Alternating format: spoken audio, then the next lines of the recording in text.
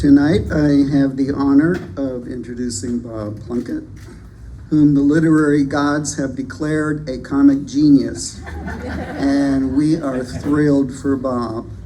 Glowing reviews in all the important publications, the New York Times, New York Magazine, the Paris Review, Sarasota Magazine.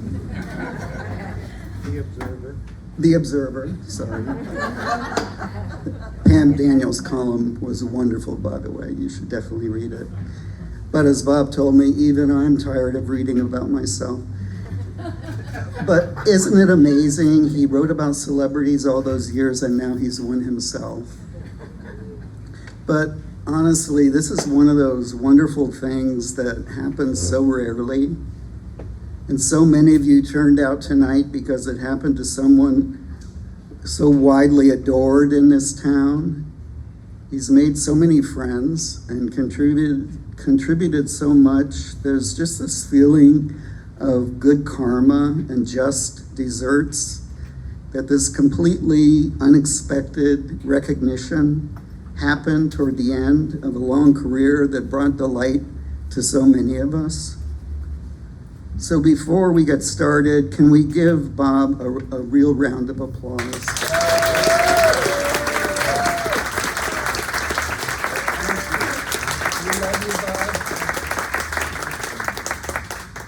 How many of you were readers of Mr. Chatterbox? Okay, we'll get to Mr. Chatterbox. At the magazine, I had the privilege of introducing his unique voice back in 1985 when he moved here from New York City and started writing about his new home. And lucky us, we had him all to ourselves for quite a long time because my search for Warren Harding didn't do quite so well the first time around. So Bob, what's the story behind Warren Harding? Where did it come from? Well, Warren Harding, or My Search for Warren Harding, the title, it's the first novel I wrote. There's only been two. I'm a very, very slow writer. And I was working in an office in New York. I worked for the New York State Council on the Arts. And I was looking at my future. I was in my early 30s, and I was seeing a long life of being a state bureaucrat. And I was hoping maybe there'd be a little more for me out of life. And I did have one tiny little skill in the office that set me apart. I had to write financial reports on arts groups in New York State. And so I'd write a financial report about the Metropolitan Opera, and I'd have to read it during the council meetings, and everybody started laughing. Was it the numbers or the commentary? Well, it wasn't the numbers, because they weren't very funny. It was, I don't know what it was, but I realized this may be my ticket out. So if I could only become a real writer, but what would I write about? Luckily, I was when I was a kid, I was a big reader, and one of my favorite stories was The Aspirin Papers by Henry James. Has anybody read that here? Okay, a couple. Of course, Kay Kipling, who's committed it to memory because she reads everything. And it's about a very obnoxious young man who is an academician, and he's obsessed with a famous poet who is now dead. But the poet's ancient mistress lives in Venice, Italy, and has love letters that the famous poet wrote to her. And the academician figures out that if he can get his hands on these letters, his career is made. So he goes to Venice to track down the mistress and get the love letters. Okay, I'm such a bad writer that I thought, I'll use that plot. It's so much easier than making up your own plot. But I can't do the ancient poet because I don't know much about English poetry, but I did know a lot about Warren Harding. And Warren Harding was a president back in the 20s. He only had one term, and he died in office, as that gentleman there pointed out, under rather mysterious circumstances. And he was one of the first big political scandals of the modern age, in that he had an illegitimate daughter by a young woman from his hometown in Ohio. And when he died, she was not included in the will, and he made absolutely no provisions for her and the daughter.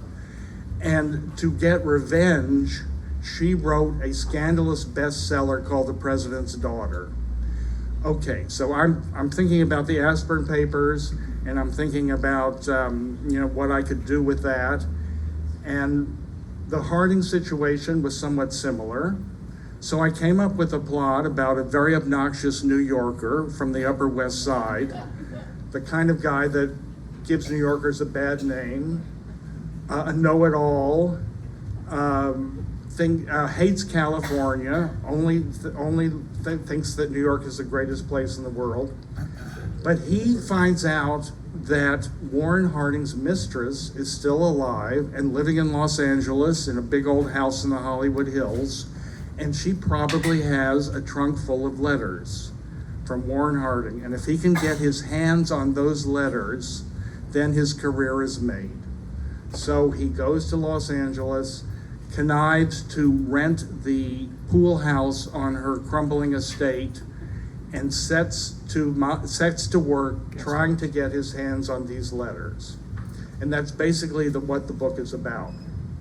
Now, in the Aspirin Papers, there is a grand niece of the poet, and the narrator, James's narrator, decides that the only way he's going to get these letters is to pretend to fall in love with the grand niece.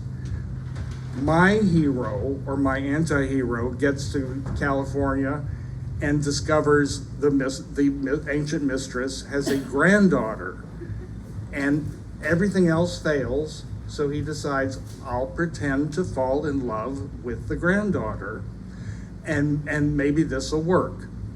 Unfortunately, the granddaughter is very, very overweight and not the least bit appealing to him, but this does not stop him. Now, in a moral universe, this means that he is not going to get what he wants, and every effort toward that goal will be thwarted. And that kind of is what happens. So that's basically the setup for the book. I do want to read a passage from the book. This is not necessarily about the Warren Harding part. One of the best things about the book is that there's a lot of history in it. It alternates between the present day chapters and then going back in time, and you learn all about the Warren Harding presidency, which is slightly fictionalized, but it's basically true. But it also gives me a chance for the narrator, Elliot Weiner is his name, to do a lot of complaining and pontificating about how awful California is and how smart he is. So I'm going to read a section where he goes to, this is his first date with the slightly overweight granddaughter, slightly around 300 pounds, and they're going to a feminist theater performance in Los Angeles in about 1980. So I will read what happens on that date. Give me a minute here. I forgot my glasses and I had to borrow these from the bookstore. I think I look very distinguished.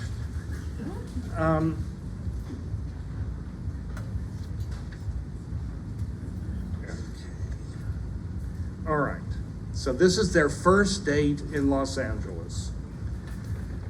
The theater was located on a sleazy stretch of Hollywood Boulevard near Western.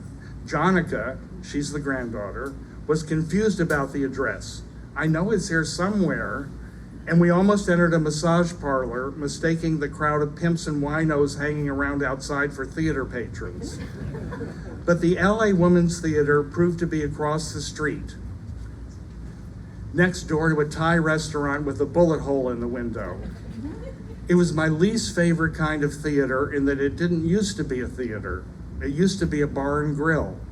And you know what that means. A bad case of TB, tired butt.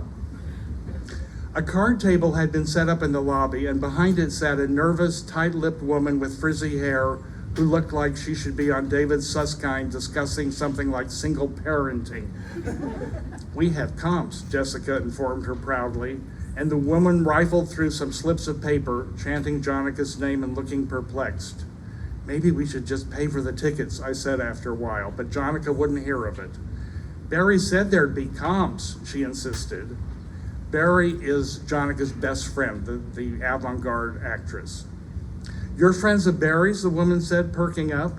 She immediately handed us 2 tickets and then forced us to put down our names on the mailing list. I had suggested that we arrive early to avoid the crowd. Clearly, my plan was a success. We were the only people there. To pass the time, we wandered around the lobby examining photographs from past productions, The Sins of the Fathers, Women's Ward, and a modern dress all-female version of The Resistible Rise of Arturo Ui. That accomplished, we read notes tacked to the bulletin board. Debbie lost her leg warmers. Alice and Elle was starting an improv group. Anybody interested? From behind closed doors, leading inside, we could hear occasional feminine outbursts concerning some last-minute lighting problems. They became more and more intense, with the emphasis shifting from technical matters to issues of personal betrayal. Jonica and I glanced at each other uncomfortably and then at the ticket seller. She winced as another outburst began. We had our electricity turned off, she said by way of explanation. They just turned it back on this morning. It's not easy rehearsing in the dark. By now it dawned on me that this was no Broadway production we were about to see. I was just hoping we wouldn't have to see it alone. At 5 minutes before curtain time, we still had the place to ourselves. The ticket seller was starting to look very worried. She kept sticking her head out of the door and peering up and down the street. Then, all of a sudden, people started streaming in like they'd just gotten off a bus. Women mostly, with severe haircuts and aviator glasses. It hit me what an important moment it was in feminist fashion when Gloria Steinem dropped by her opticians and said, "I'll take those." It seemed that all these newcomers had free tickets awaiting them. A hush fell over the crowd when the critic from a local TV station made an entrance. In addition to his ticket, he was asked if he wanted a cup of coffee. I took this as a bad omen. Around 5 after 8, a thin girl in overalls rushed in and began passing out mimeograph programs. The ink was still wet, so there was much blowing on them and fanning them in the air. I looked at the title of the play we were about to see. All My Sisters Slept in Dirt, a choral poem. The doors were thrown open and the crowd filed in. The theater itself turned out to be tiny, so small that at first I thought we were in another waiting room. The only seating was what I feared, folding wooden chairs. I can't imagine who set them up, Helen Keller maybe. There was much switching around of seats until everyone realized that all the seats were bad. Then they calmed down and shot envious glances at the people in the front row. Jonica spotted a pillow lying in a corner. For a while we debated whether we should use it as a cushion, but finally decided against it. By 8:20, the play had still not begun and the audience was growing restless. One group near us ostentatiously started playing cards. Then the ticket seller entered, followed by a weary-looking female with gray hair. I took her to be the cleaning woman. Jonica nudged me. That's Barry's mother. That's Barry's mother? That old hag? That bag lady in the dirty raincoat? That was my childhood heroine, my fantasy mother figure? So devil-may-care, so wacky, yet so glamorous? You see, when I was a kid around 10 or so, while all the other kids would play baseball after school, I would run home and watch reruns of Dear Alice. Alice Amber, Barry's mother, played an advice-giving newspaper columnist like Ann Landers, who could solve everybody's problem but her own family's. Husband Dudley was a prominent lawyer. He was a pompous jerk. Teenage daughter Marcia was boy crazy. And the twins, Jimmy and Janie, were cunning monsters who belonged in a reformatory. Only Alice's younger brother, Bill, a Marine who came to visit every now and then while on leave, had any sense. My favorite episode, and the one I still remember vividly, was when Bill took Alice and the kids on a camping trip, and a freak snowstorm forced them to take shelter in what they thought was an abandoned cabin, with hilarious results. As far as I was concerned, nothing, not I Love Lucy, not I Married Joan, not My Little Margie, could hold a candle to Dear Alice. After the show went off, she started drinking, Jonica whispered. Then Barry's little brother died of a brain tumor. It was in all the papers how she took him to see the Pope so he could get blessed. But he died anyway. And that's when they stuck her in the bin. She made a comeback of sorts in the late 60s, playing the wisecracking mother-in-law in Figueroa. Today she made a comfortable living touring state fairs every summer.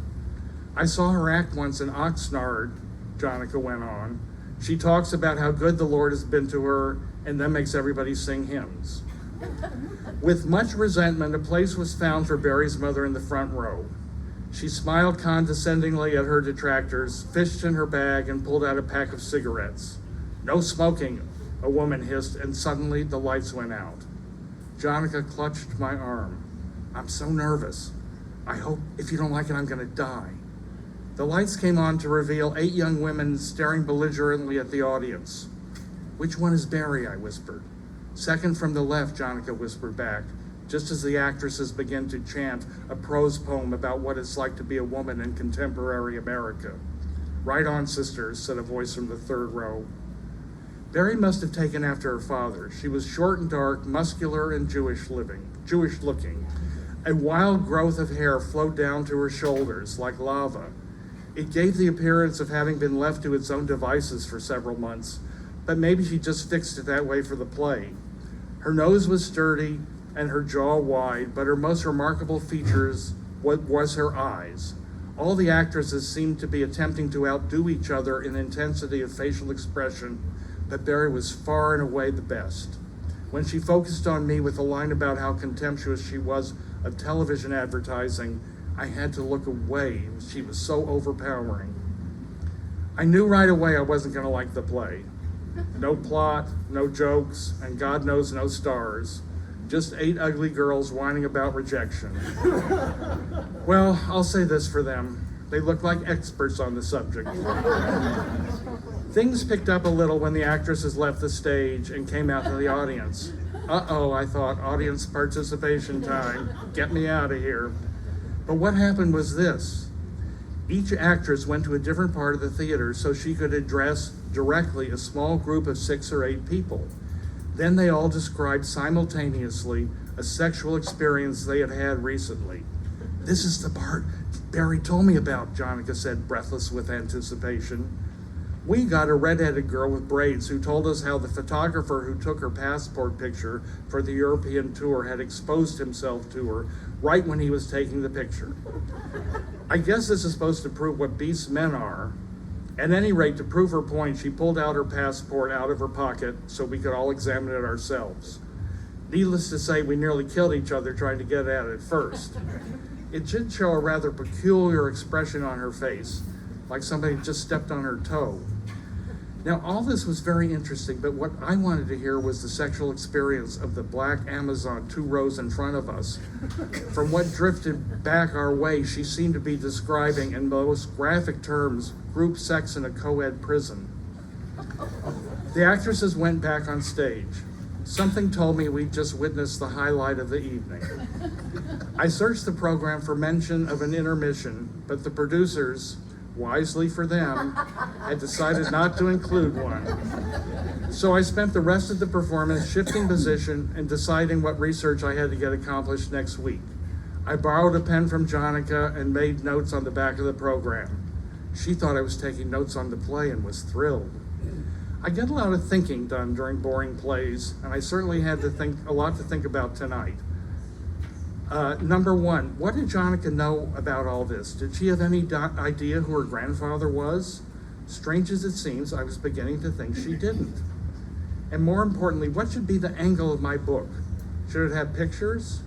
If so, would I have to get the pictures? Should it have a picture of me on the back? Should Pam's brother take the picture? Would he get his feelings hurt if I didn't ask him to take the picture? Who pays for that anyway? The writer or the publisher?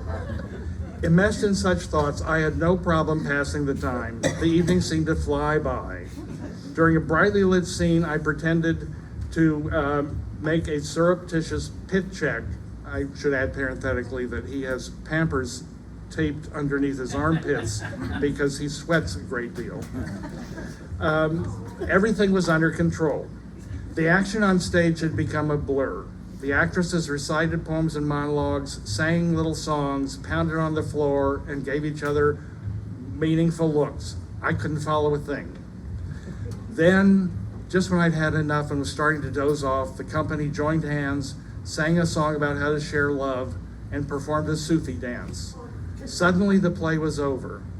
The audience, whether through enthusiasm or relief, cheered wildly. After 3 curtain calls, the cast members came out in the audience again, this time to kiss people at random in a gesture of sisterhood.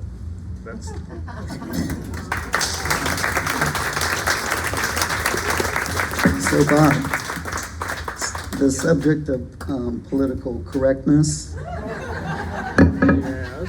could this book be published today?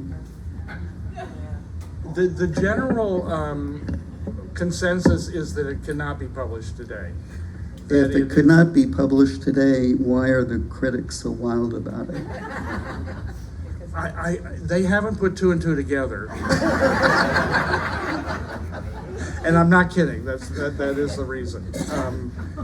But now that I'm suddenly have something, I'm not this obscure has-been anymore, I was thinking that maybe I should get an agent and write another book. So I talked to an agent and found out indirectly that I am too old, too white, and too politically incorrect. So looks like I'm still going to be an has-been. But just to say how bad it has gotten as far as political incorrectness goes, you can no longer use the word spinster. You have to change that to unmarried woman. It's amazing the things that they make you do. They're changing the language around. But so yes, I think it's too politically incorrect.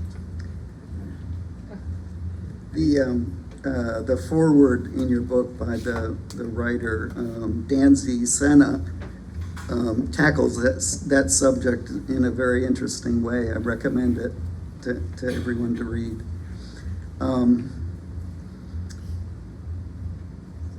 It's like tackling transgressive subjects. Is the narrator gay?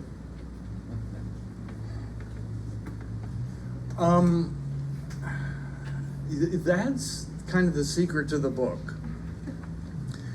And when the book first came out 40 years ago,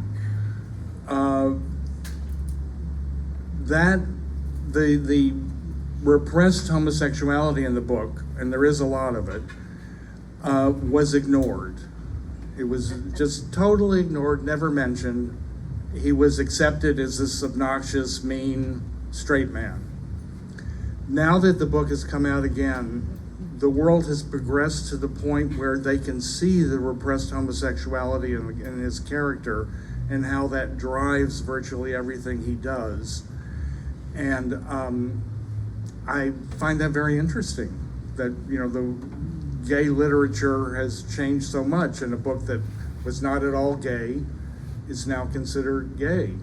And I'm It's a amazing. little mystified by all that. And of course, people want to know whether I'm gay. And The official answer is, I'm still in the closet. So.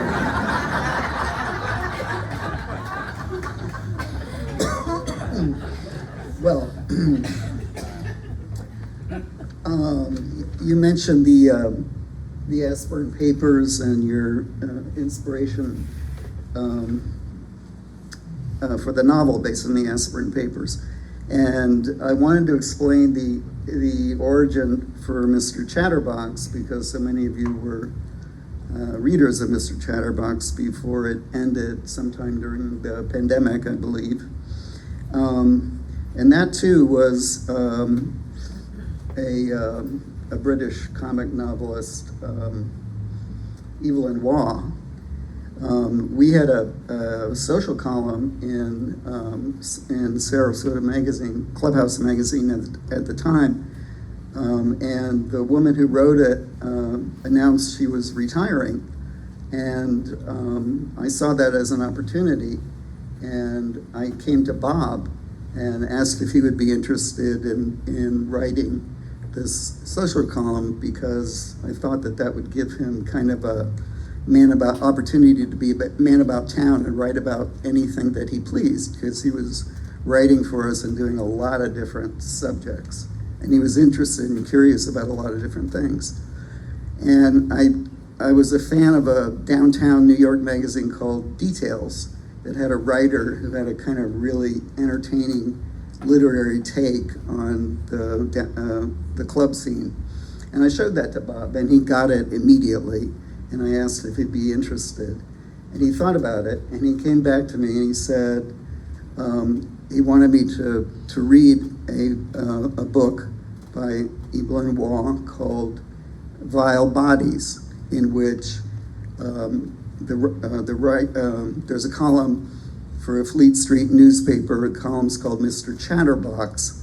And the writer of that column keeps getting fired because he keeps making up facts about parties because he can't get invited to any, okay? So Bob says he'll do the column under 3 conditions. The first, it has to be called Mr. Chatterbox, not a problem. The second, it has to be anonymous. He doesn't want anyone to know that he does it. So I said, okay, and we flew a plane over the city with the banner, "Who is Mr. Chatterbox?" And that made him happy. The third condition was he could make up stuff. And for a journalism thing, that's, well, you know, I don't know about that. But I went along with it. And it didn't turn out to be a problem. You know, the only problem, like once on April Fool's Day, he made up a story, and then once he lifted several pages from The Great Gatsby and plugged in Sarasota names for a party, and no one noticed. And but the rest was pretty much true. And for those little infractions, the risk was worth it, and we had a hit. And that column ran for years. And I never thought of it as a gossip column because, you know, people who get their social information from that column, I don't know. I thought of it as the comic adventures of a fictional character. But Bob, I think, had a different idea, and he always has called it a gossip column. But it worked, whatever it was, and people turned to it the first thing when they got the magazine. They read it out loud at work. It was just crazy. And I developed a little stock company of characters that I would write about, and they would have adventures, many of which were not true. And some of them are here tonight. Jay Handelman was one of my big stars, and he was always getting into terrible scrapes with his allergies. And Rita Greenbaum was, you all probably don't remember when Rita was in the paper because of her embankment Remember, Rita? When I was falling into the Gulf of Mexico. Yes, the- yes. Layman's terms. Right. So I would have these characters, and I'd trot them out. Marjorie North, of course, who most of you remember. I would drive her crazy because I would say things about her that were absolutely not true. And the worst one I ever said, I was living in a trailer at the time, and I said Marjorie came over and she put on a little weight, and the whole trailer was vibrating. But they were all public figures. Yeah, Tom, and, so you know. right. And Annette Sherman. Now, do you all remember Annette Sherman? And who I think passed away recently, and it would also drive her crazy, and she actually would stalk me, and follow me around town, and I'd be in a store, and I'd see her peeking around the corner trying to figure out what I was doing. So being Mr. Well, the lesson I learned was being a gossip columnist in a small town is the best job a writer can possibly have. Well, because you just dream it all up. Well, you dream it all up, but then you think, whatever happens in Sarasota, I'll tell you what happens in Sarasota. You get a front row seat to everything, like the Pee Wee Herman scandal, remember that? And which I had a special insight into because I was at that adult theater all the time and knew the owners, and they invited me to their Christmas party and that kind of thing. And the 2000 election with Gore versus who won? Bush. And this was a big deal because Katherine Harris was the one who was going to decide who won the election, and she'd appeared in my nightclub act doing the chicken dance, and I had a tape of it, and the National Enquirer found out, and they offered me $50,000 for the tape of Katherine Harris doing the chicken dance, because they figured that once anybody saw that, her credibility would be totally destroyed. But you'll be glad to know that I kept the tape. I did not do that to a friend. And then, of course, the biggest one was 9/11, when through some incredible fluke, I happened to be traveling with the president when he was doing his educational tour of Florida. And so I ended up at Emma Booker right when all that was happening, and really saw a little piece of history in action. So my point being that here you think you're stuck in a small town like Sarasota, but every once in a while, world-shaking events happen, and I was so lucky to get a front row seat to the most important ones. It was a lot of fun. Does anyone have a question? Jay. Why did you not use the G in Warren G. Harding in your book title, since that's how everybody refers to him? I don't have an answer, Jay.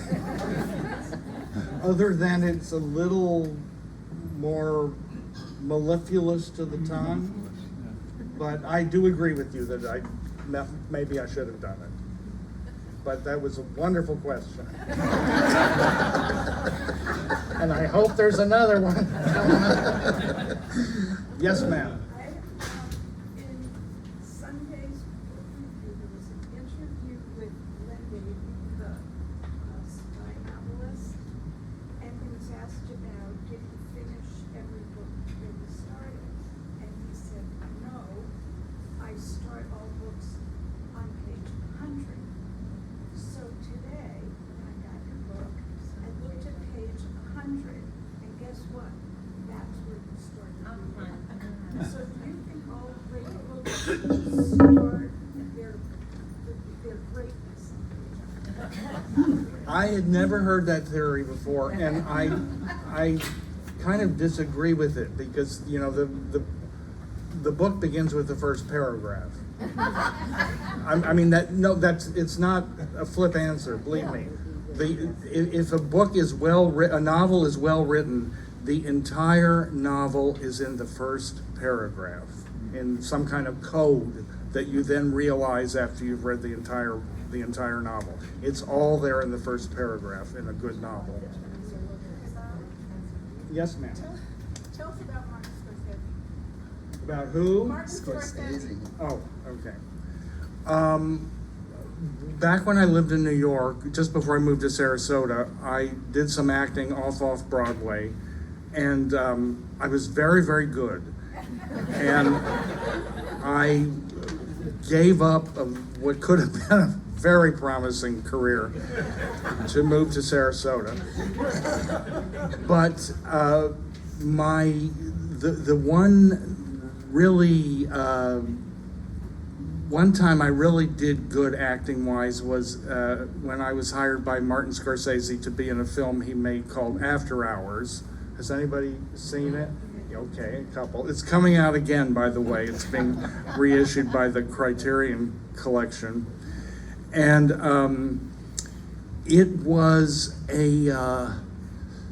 it's about a guy who spends a night in New York trying to get home because he lost his $20 bill, flew out the cab window, and he can't figure out how to get home, and he's stuck downtown in Soho trying to figure out a way to get home.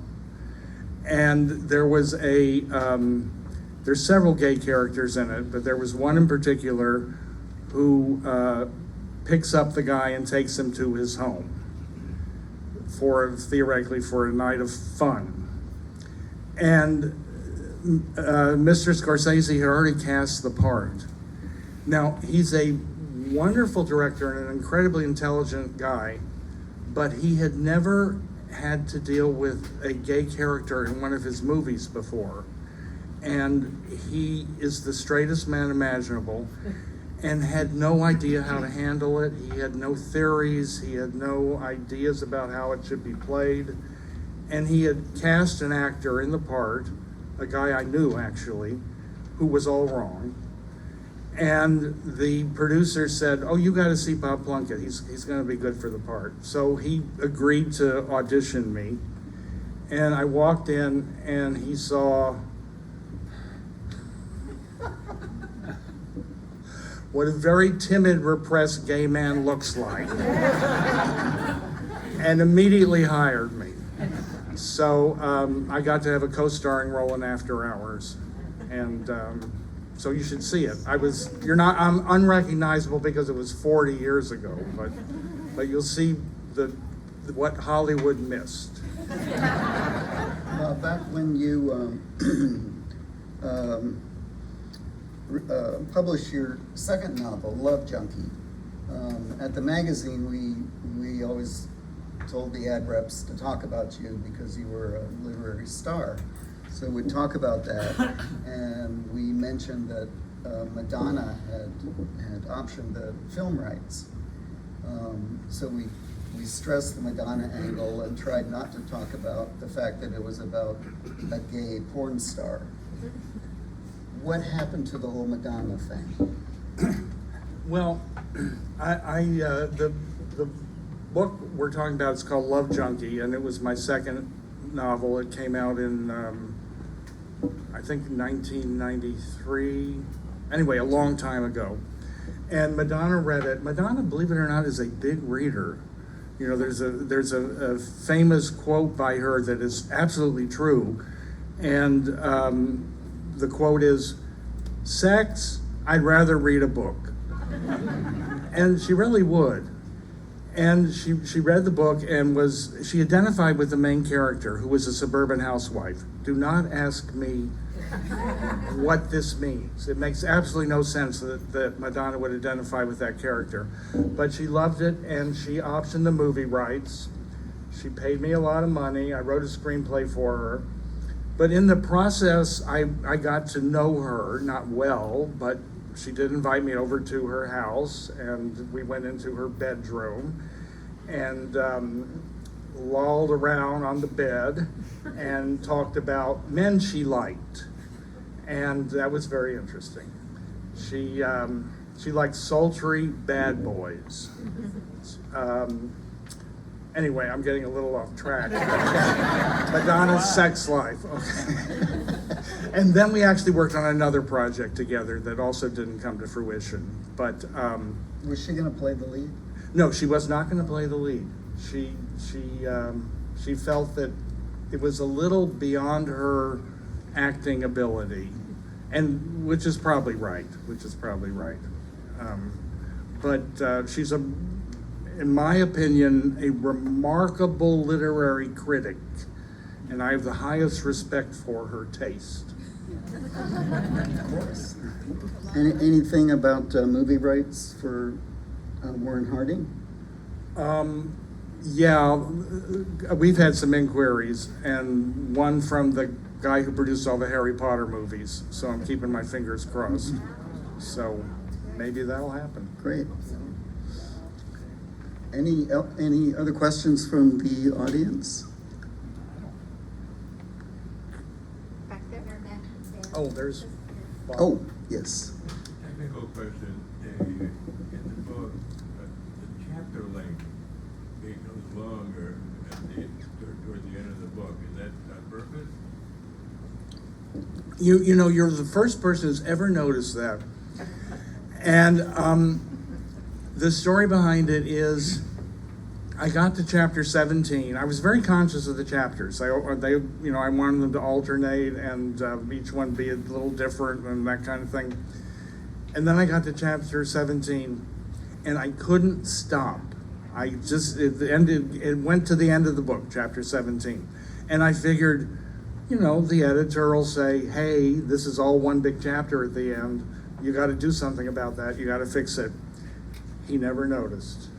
And Vald, you're the only one who has ever pointed that out. So you should be editing books. So you wrote a book about LA, and you wrote a book about New York, and what about Sarasota? I find it very odd that I never wrote a book about Sarasota. But on the other hand, I wrote Chatterbox for 40 years, and that's my Sarasota novel. And a lot of the columns are online, and some of them are really good. So the thing I like about it is that it really has the social history of Sarasota during the past 40 years. It's all there. So if you're interested in that kind of thing, look it up online. Yes, ma'am. Are you writing now? And if you're not, do you miss it? I am writing now, and I write for pleasure, and I. At various points in my life, it has been a chore because when you have it's like having a paper due in college constantly. But now that pressure's off, I do it for pleasure, and I love it. It's a joy. Yeah, it really is. Rita. There's a book that you wrote, maybe a coffee table book that had that design, but it was all put in a novel form with fabrics. I remember visually, Yeah. you just turned the page and there was like fabrics and, so what happened to that? I think every writer has a book that just didn't work, or nobody was interested in, and I had one. Believe me, I had one. And it has the most wonderful gimmick imaginable, and I'm so surprised that nobody saw this. The gimmick was that it was a very lavish coffee table book in its look, and it was full of pictures, and it was written by a guy, older decorator at the end of his life, and it was his entire career was in that book. It was party tips, houses he designed. But what his claim to fame was that back in the 1930s, he'd been in London and he had become friends with Wallis Simpson, who became the Duchess of Windsor. And he designed her apartment in London. And then, the king she became the king's mistress, and he was going to marry her. And of course, the decorator who wrote the book was enormously excited because the king was his close friend's mistress, and she promised that he could redecorate Buckingham Palace. So in the book, you actually get to see the designs he did for the redecoration of Buckingham Palace and what he did with the throne room. He put in a little bar. Nobody wanted to publish it. I maybe someday. Anybody else? Could you tell us one of the most memorable books that you've ever read? Absolutely. The Lolita, which I'll tell you, that could not be published today. And in fact, when I was speaking earlier about having to learn how to write a novel, I did it by literally memorizing Lolita and going over it over and over again to figure out why Nabokov did what he did, how he characterized people, how he started chapters, how he ended chapters. So that's the best lesson in writing fiction imaginable. And I love Barbara Pym, E.F. Benson, the great British humorist, I like very, very much. I don't read much contemporary fiction, so just the real classics. And the Red and the Black. Who's read the Red and the Black lately? Yes. Okay. I mean, it's considered the world's first psychological novel. It's so good. You will love it. You will love it. It's wonderful. So even those old books like that can be real good. So Lonely Hearts, the book. The Nathaniel West. Nathanial West. Yeah. Right. So Uh-huh. wasn't that about gay characters? Well, it's certainly about Los Angeles. I don't remember Delete that. I'm thinking about that. Okay. All right. Anything else? Thanks for signing. Well, so thank you all for coming. And now, if you have a book, I will be delighted to sign it. And we'll see you. Oh, maybe we'll see you in a year because Love Junkie is also being republished.